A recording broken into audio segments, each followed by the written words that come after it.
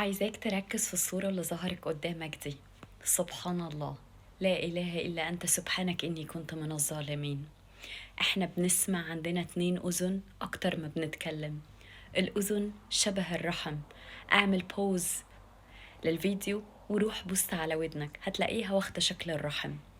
اللي انت بتسمعه سواء جيد أو سيء بيتأثر وبيتم ولادته في الوقت المناسب، أيا كان سيء أو جيد.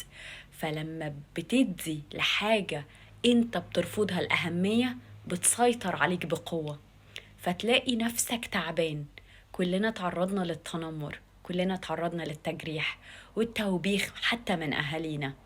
فيوم من الأيام لما الكلام ده بيأثر عليك وبتديله أهمية هو بيسيطر عليك بقوة.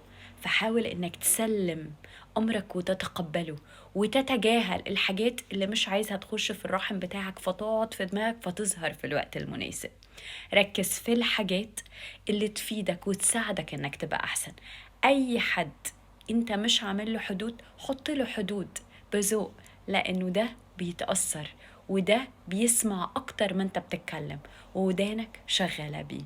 فأعرف إن كل ما انت ركزت على حاجة انت مش حاببها بتسيطر عليك بقوة.